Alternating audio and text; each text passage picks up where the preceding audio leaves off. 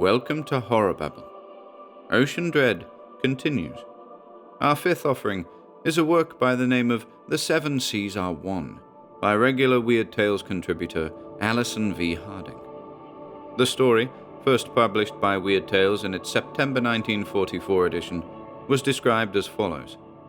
The captain knew that somehow, someday, his fate was coming, out of the sea and the wind.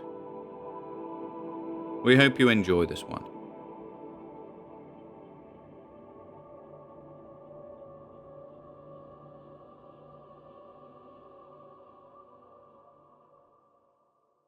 The Seven Seas Are One by Allison V. Harding. Dr. John Ogilvy opened his front door in answer to the insistent ringing. Outside stood an aged, agitated little woman. "Why, Mrs. Ives," said the doctor in surprise. "It's rather late to see you abroad." "It's the captain, doctor," fluttered the woman, wringing her hands. "Please come with me. He's not right again." "What do you mean, not right?" "He's talking queer, doctor, and he's sitting up in his room with a loaded pistol on his lap, rolling his eyes and carrying on to scare the saints. I get so worried." The little old woman looked as though she was about to burst into tears. "Sometimes I tell myself I should stop housekeeping, but Captain Tyler needs me. At any rate, he needs somebody." Her hands waved helplessly in accompaniment to the oft-repeated tale. Dr. Ogilvy put on his hat and coat and went out the door with her. "Of course you walked, Mrs. Ives?" "Nary a person would stop to give me a lift, doctor." "Well, we'll take my car to go back out. It's getting dark, and a 2-mile walk would keep us away from him just that much longer. How is his rheumatism, Mrs. Ives?" Her brow puckered as she followed him into his little coupe. "Praise us, that is the least of my worries with all this queer talk he's doing." As they started off down a back road of Little Clarksville, the small New England town was even then at 9 o'clock, readying itself for the night. The yellow glow from the headlights probed forward along the desolate lane that led to Captain Tyler's. Mrs. Ives was silent now, fatigued by her walk into town. Dr. Ogilvy sorted over in his mind what he knew about the old seafarer. What he knew indeed! It was next to nothing. Precious little. Tyler was an old sailor. He had been master of his own ship and lived 2 miles outside town in a little house, the rent for which was covered by his monthly retirement stipend. Mrs. Ives, a reliable character of the town, who, with her kin, had made serving others their profession, kept the old sailor's home for him, cleaning and getting an occasional meal. Dr. Ogilvy was necessary because of the attacks of rheumatism that the captain was liable to develop at any time. Dr. Ogilvy remembered the first time he had seen Tyler. He was impressed with the bigness of the man, the frank brutality of his weather-beaten face. "I get these pains, Doc," roared the old ship's master. "My legs and my back, they get hurting something awful. You'll fix me up, eh?" And Dr. Ogilvy said he'd be glad to do his best. He noted at the first examination that physically the captain was as strong as an ox. Dr. Ogilvy pulled the nose of his little car into the driveway and braked to a stop. With Mrs. Ives bustling along ahead, the physician stepped into the house. "He's upstairs," said the housekeeper. Dr. Ogilvy nodded silently and started up the flight leading to the top floor. There was a roar from above. "Avast there, you seacock, I hear you coming." Mrs. Ives trotted up the steps back of the doctor. "You see, that's what he was doing all afternoon. He seems to think somebody's after him." Ogilvy reached the top of the stairs. The old seamaster's room was directly before him, the door to it open. Seated in an ancient rocker just inside was Captain Tyler, his clothes disarranged, a mad light in his eyes, and a derringer lying on his knee. As the physician stepped toward him, the seafarer made a move to reach for his gun. His hand closed excitedly over the stock of his weapon, and he exploded some curses. "It's only me, Captain Tyler," hurried the doctor. "You're not feeling well, I see. I want to help you. Now, tell me what's the matter." The old man broke at that, and his hands fell slackly at his sides. Dr. Ogilvy tactfully removed the small derringer and placed it on the bureau. He noted that Tyler's face was white and bore signs of strain. Come now, get yourself over here and I'll examine you. Tyler hobbled over to the bed and stretched out, muttering all the while to himself. "It's good you came, Doctor," he gasped. "It's good you came. There's been a bad wind blowing around here lately. Means trouble. I can feel it, you know. I think he's coming. That's what I've been saying to myself all day. I've been saying to myself, Captain, watch out. He'll be back soon now." "Who's he?" asked the doctor curiously. But Tyler's answer was an unintelligible muttering punctuated by some more oaths. After satisfying himself that there was nothing of a physical nature wrong with Tyler, Dr. Ogilvy urged a strong sedative on the old man, and went softly out of the room. Mrs. Ives was waiting impatiently downstairs. "What do you make out of all this, Doctor?" she said eagerly. "Well, he seems very upset about something. He doesn't complain about his rheumatism, though, and I find nothing else wrong with him. I think he'll sleep it off. Nothing unusual's happened lately, has it?" "No," said the housekeeper thoughtfully. "Except—" "Except what?" said the doctor. "Oh, I don't think there's any connection, but he has 2 closets up in his room. One he keeps locked all the time. I was cleaning in his room yesterday, and I tried the locked door absent-mindedly. He was sitting in the room, and he started to curse. Well, you know how he goes on. After I went downstairs, he locked the door to his room, and I couldn't help hearing that he went to the closet and opened it. He's done this before, and it always seems to upset him. I hear him grumbling and cursing and talking as if actually to somebody." "He probably keeps a bit of rum in there," said Ogilvy wryly. "Although I must admit there's no trace tonight that he's been drinking. You don't usually stay here all night, do you, Mrs. Ives?" The elderly woman shook her head. "I think if you could, though, it would be better. He should sleep right through until tomorrow, and I have every anticipation that he'll be all right when he wakes up. But a man of his age shouldn't be completely alone when he's so upset, no matter what the cause. I wouldn't mind telling him that I suggested you stay, and I'm sure he'd pay you for your time." "Oh, it isn't that at all, Doctor," said Mrs. Ives hastily. "I don't mind when a poor soul is sick, but it's kind of lonely out here, and his strange talk today made me feel sort of creepy. There's so much darkness around this little cottage. It's lonely. There's woods all around us except the side where the sea comes in. Oh, I've been here a few nights, you know. One time, you remember, when he was very bad with rheumatism." The doctor nodded. "He's not a very sociable old codger, I guess." "All there is the sound of the sea and the wind," Mrs. Ives shuddered. "Still, if you think I ought—" "I do," said Dr. Ogilvy, "and if you can, I'd feel better about it." He took 2 white pellets out of his bag. "If he wakes up in the night and you hear him, give him these." The doctor closed his black bag with a snap and headed toward the car. "I'll drop by sometime tomorrow, Mrs. Ives." Then he was gone, and the sound of his car finally receded into the distance, leaving only sighing wind and the sound of the nearby sea lapping at the sun-baked summer earth.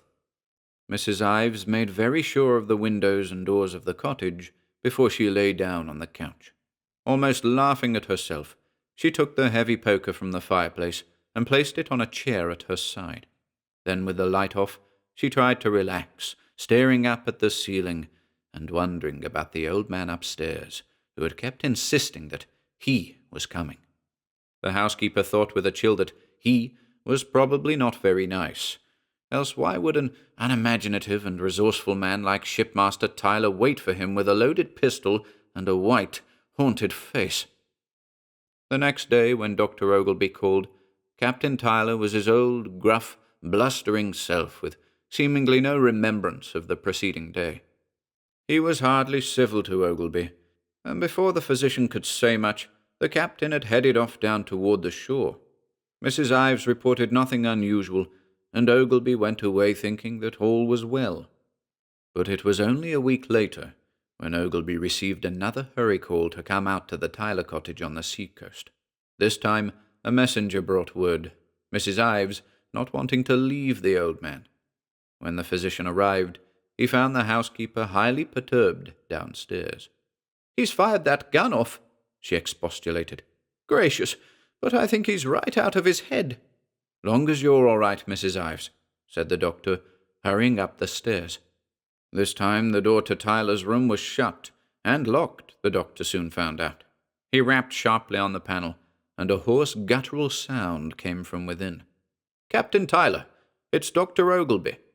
There was a curse, and the sound of some furniture knocked over. "Go away," roared the old sailor. Now, Captain," soothed Ogleby from outside. "Please let me in. I'm sorry you're ill. I want to help you." Finally, there was the sound of the lock, and Captain Tyler flung the door open. As the panel slid aside, Ogleby found himself facing a pistol. "Put that thing down, man." Tyler still retained enough of his senses to recognize the doctor, and allowed the pistol to be taken from his hand. Even so, Captain Tyler stepped to the door and called downstairs to Mrs. Ives. "Ahoy below there! Keep a sharp eye out for strangers. Keep things battened down." With that he closed the door, locked it, and turned to Ogleby almost pathetically. "Didn't see nobody around when you came, did you, Doc?" The physician shook his head. "But why, Captain? Tell me, what's it all about? Do you have reason to believe somebody wants to make trouble for you?" The old sailor smiled at that. "Trouble, you say, Doc? Well, now, I wouldn't say quite trouble. He means to kill me." "What?" said Dr. Ogleby, shocked. "Who is this person? And why do you think he's after you?" With that, the bulky figure turned away. "Reckon it's nobody's business but mine." "But, Captain, is it one of the people in Clarksville?" But Tyler shrugged and would say no more. "Think he's a mite touched, Doctor?" said Mrs. Ives later downstairs. Ogleby frowned. "It's hard to pass judgment on a thing like that. He acts perfectly normal most of the time." "Oh, he treats me fine," answered Mrs. Ives hastily. "Pays me well, he does. Treats me kind. Short and irritable sometimes, you understand. But he's a reasonable gentleman, I always say. Of course he swears, but men folks do that, especially sailors." "He's got no people, has he?" mused the physician. "Not so far as I've been able to find out," replied the housekeeper definitely. "Well," the medical man concluded, "at least his rheumatism isn't bothering him much these days. By the way, you haven't been able to find out who this person is he thinks wants to harm him?" "No," said Mrs. Ives. Then, as an afterthought, "Maybe he's possessed." Ogleby smiled. "Well, Mrs. Ives, if the captain needs me, just get in touch any time." The captain needed Dr. Ogleby just 3 days later. "He's dead!" screamed Mrs. Ives over a neighbor's telephone to the physician. "He drowned himself out there on the shore. Lord 'a mercy, we never would have found him if it hadn't been for the neighbor's boy. Least, I think he's dead. Oh, doctor, hurry. They say he's got some warmth in him yet." Ogleby raced out in his car and found Captain Tyler in unconscious, cold white form. His heart was still beating, though, and the old sailor's iron constitution was staving off the effects of his near drowning. After getting him in bed and giving the proper medications, Ogleby went downstairs, where a tall, gangling lad of about 17 was waiting with Mrs. Ives. "How is he, doctor?" said the housekeeper. "Oh, he'll be all right," said Ogleby. "He's got tremendous strength, you know. How did this business happen?" Mrs. Ives spread her arms wide. "It was Harley here who found him." The medical man turned to the young lad. "What happened?" The boy was still upset by his experience, and his words came haltingly. "You see, I was walking down by the coast. I got some lines set offshore, and I was checking them when I came up to the little beach on the captain's property, and I saw him walking along, waving his hands and talking as though somebody else were there with him. Naturally, I watched. He started walking away from the water toward his cottage. Then all of a sudden his hands came out like somebody was about to wrestle or fight. Honest, it looked as though he was about to fight with somebody.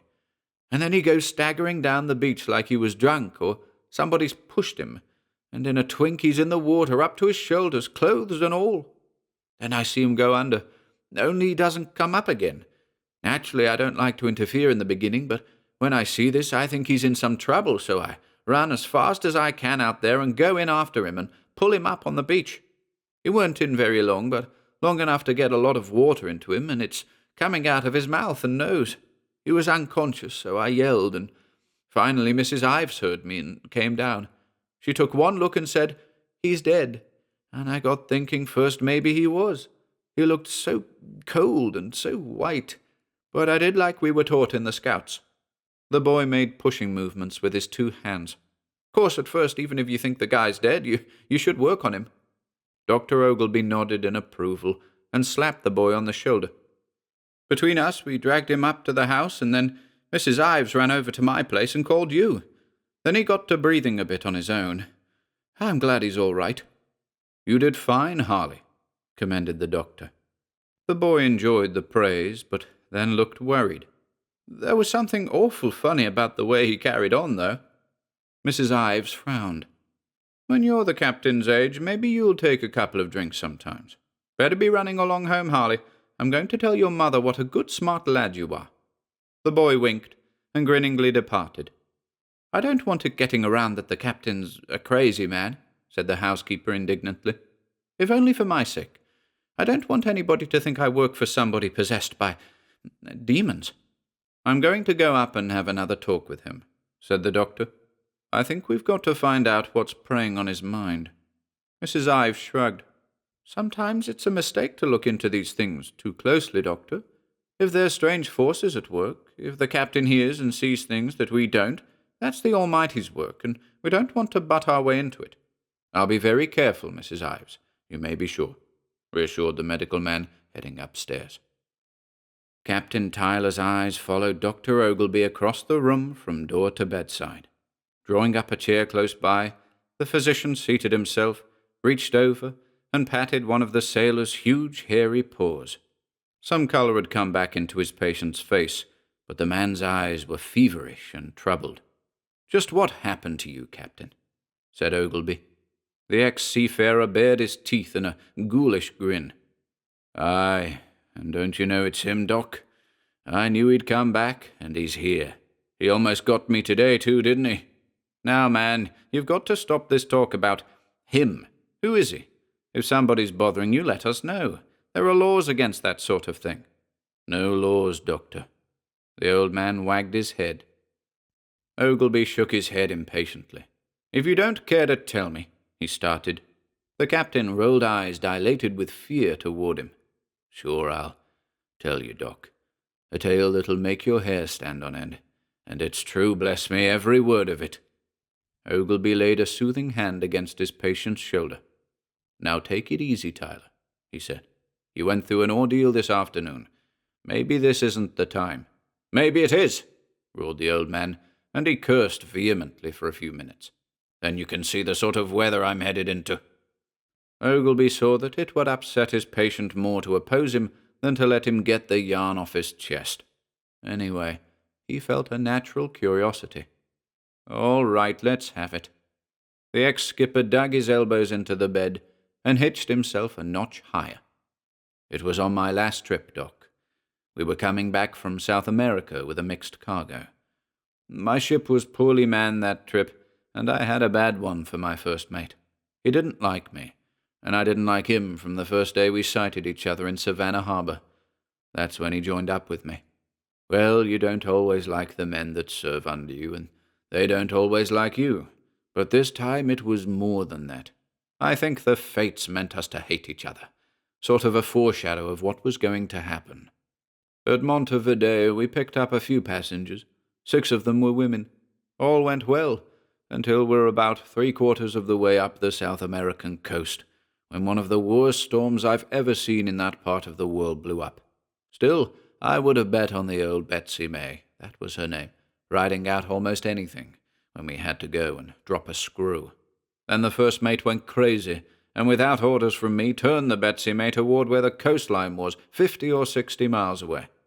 Before I could countermand his orders, we had taken the full weight of the sea across our beam, and the Betsy May sprang a dozen leaks all at once. Even as I cursed the mate and set the helmsman right, I knew from the way the old girl rowed now that she was doomed." Captain Tyler wrung his giant hands together, as though he was still standing on the bridge that fateful night. "I had Sparks send out distress signals, but we found there was no ship within 6 hours of us. I knew that in that heavy sea we stood only a slim chance in open boats and rafts, but the mate on his own hook began to ready the lifeboats. I saw red then, and I almost shot him for insubordination. I could have too. I warned him to wait until he got his orders from me. By this time, the Betsy May had a list of at least 45 degrees, and the pumps were fighting a losing battle against the water pouring into her hold. Finally, I knew if we waited much longer, we'd be carried down with the vessel, so I had the lifeboats that hadn't been wrecked by the storm lowered, and rafts thrown into the sea. Very few of us made it, but I jumped in and found my way to a small raft capable of holding 5 or 6 people. Somehow, several of the women were clustered aboard this raft. I was able to pick another of the women out of the water, although we hardly had space for her. Every now and then we would be completely covered up as waves and spray poured over us. So overcrowded we seemed on the verge of turning over into that boiling sea at any moment. Suddenly I felt our raft dip dangerously, and several of the women screamed. I looked down and saw a pair of hands clutching the side of the boat. One of the women started to moan. The others were crying. It seemed any moment our raft would turn over, and all of us plunged into the sea. The swimmer, whoever he was trying to hoist himself onto the raft, and we could all see he would upset it. I knew the other occupants could never have lasted in that sea again more than a few minutes. Then I saw who he was. It was the mate there in the water, snarling and gripping our raft and raising himself up on it. I yelled at him over the sound of the storm, and he screamed back at me. And then instinctively I hit him. I smashed at his hands on the side of the raft. It was either him or all of us. I knew it, and the other people on the raft knew it.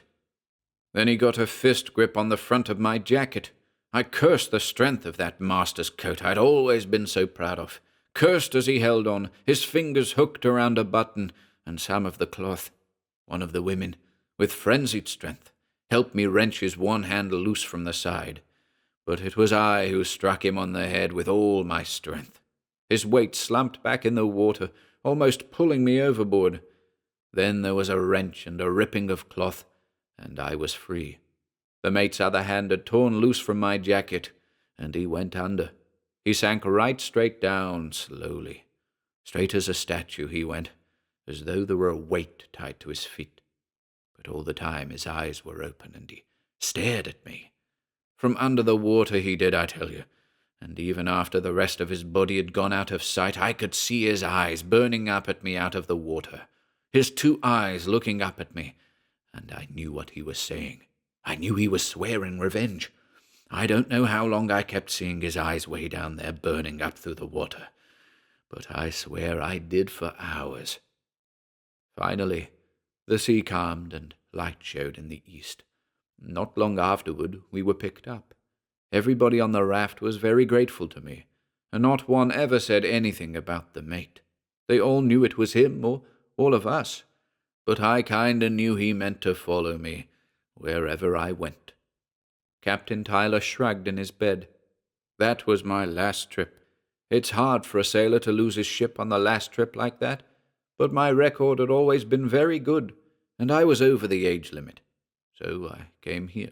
A landlubber finally, but as close to the sea as I could get. I'd die without the sea, Doc. Tyler looked at Ogleby intently. There, that's the tale. Ogleby hummed and then reasoned. But surely you don't really believe that a dead man can come thousands of miles up here to get revenge? I can see that you have that adventure clearly in your mind, and that naturally you feel remorseful about it. Still, as you've described it to me, you could have done nothing else that night.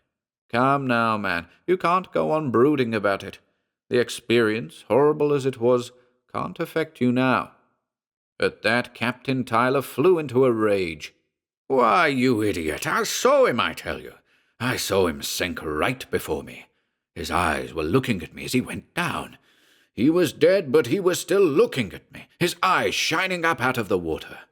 He was talking to me, he was, and I understood what he said. Dr. Ogleby shook out some white tablets onto the bed table.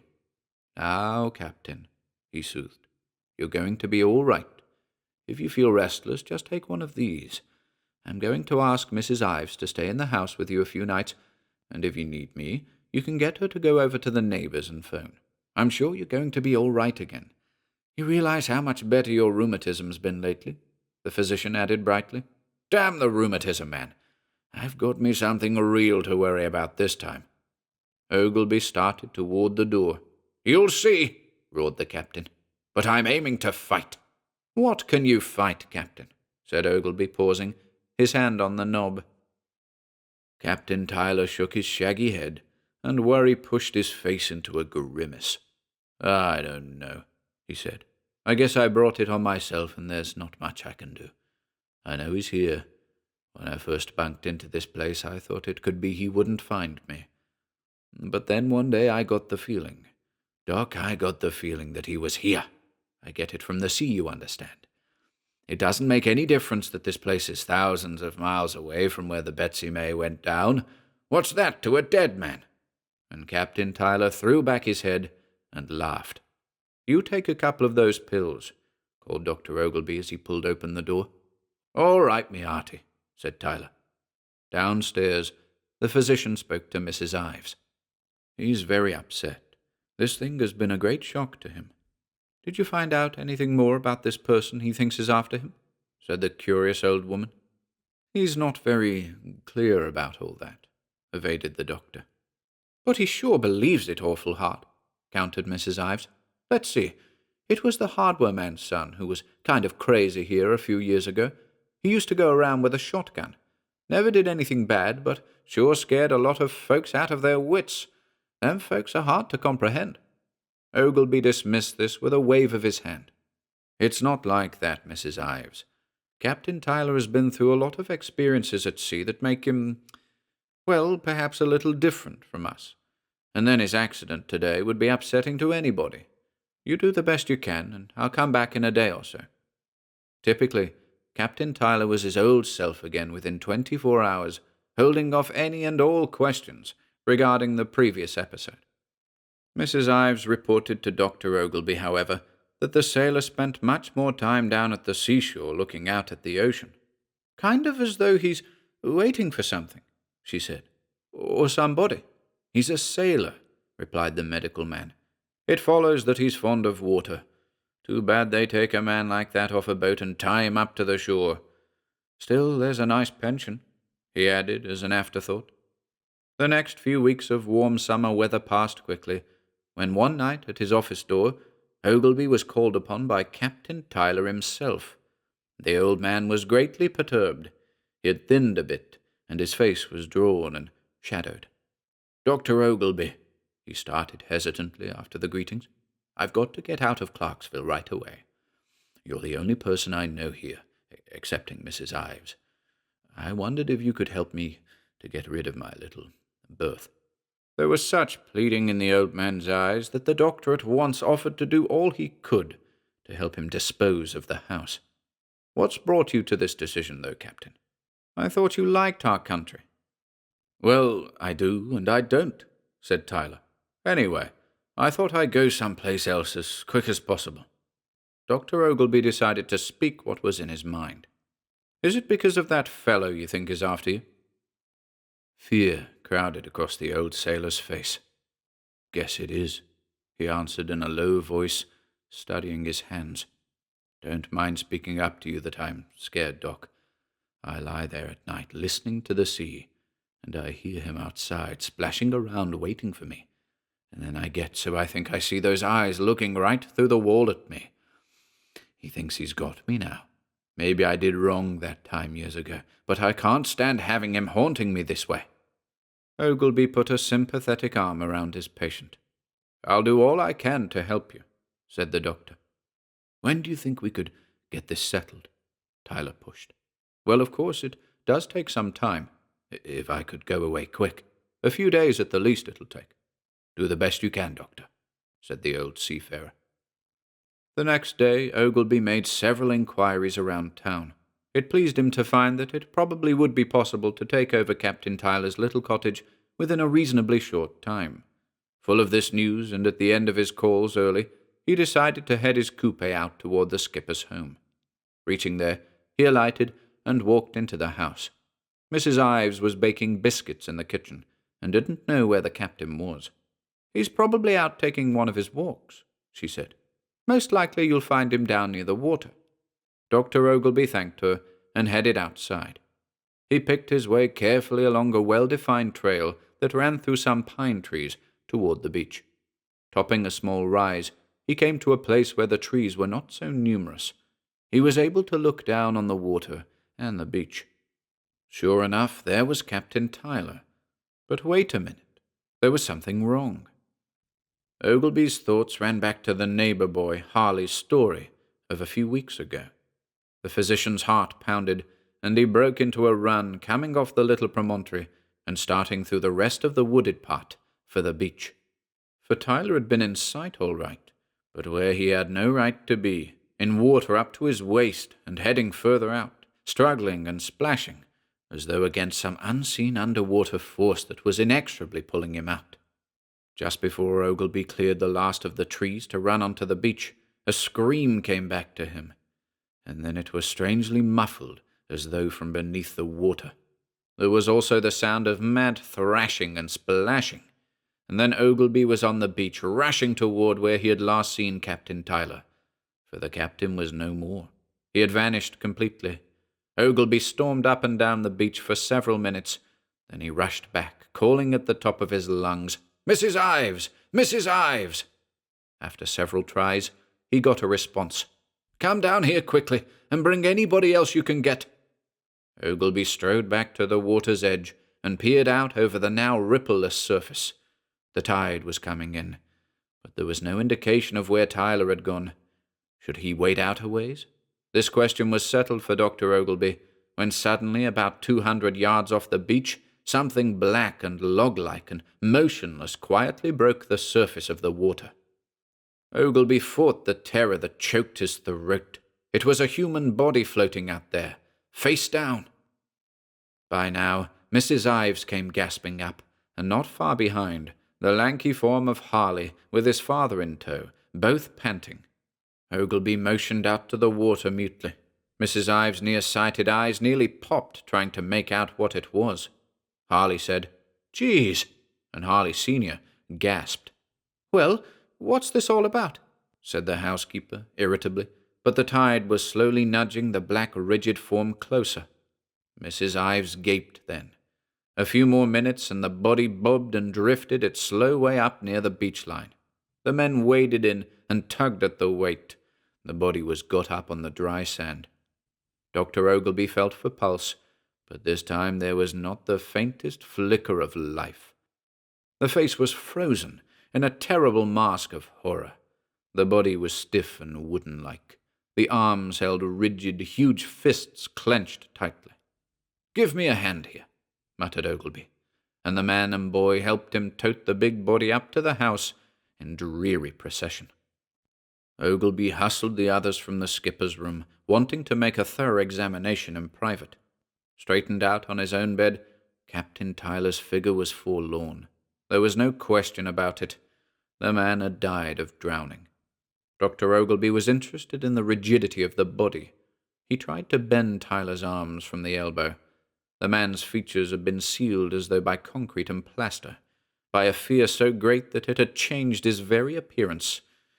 It was then and only then that the physician noticed that there was something in the left clenched fist. For some minutes he worked over the dead sailor, working and forcing the strong fingers apart. Finally, he succeeded in opening them. In the palm of Captain Tyler's hand was a lump of wetness, almost like seaweed. Without looking closely, Ogilvy absently dropped it into his own pocket. As he brushed against the body, a jingling noise attracted his attention. Stopping to examine it, methodically he went through the old sailor's pocket, finally finding a huge ring with many jingling keys upon it. A sudden thought occurred to the physician. He crossed to the forbidden closet that was never opened and tried one after another of the keys. At last, one fitted. He slipped back the bolt and pulled at the knob. The inside and contents of the closet were unspectacular.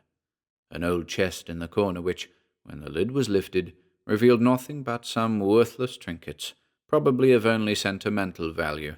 A cutlass on the floor, some coloured blankets, picked up in some exotic port, and some old shipmaster's equipment. Ogilby was about to leave, when his eye was caught by something hanging in the corner. He moved closer. There was a skipper's uniform, perhaps of another decade, old but well kept and brushed, the buttons shiny. Then he leaned forward. There was a piece of cloth torn out of the front, and the third button with it. The master's jacket Tyler had worn on the Betsy May. His hands shaking, Ogilby leaned forward and looked at the rent closely for several moments. Ogilby quit the closet then, locking the door carefully behind him. He replaced the keys and covered Captain Tyler. Then he crossed to the window of the little bedroom. He looked out, and below he could see the water. The ways of the sea were strange, he thought, taking no account of time and distance, and even death. He felt into his pocket then, and brought forth what he knew he would find. The wet clump of something that was old cloth serge, with a rusted button in the centre. Strangely preserved it was, and perfectly matching that rip in the old master's uniform hanging in the closet.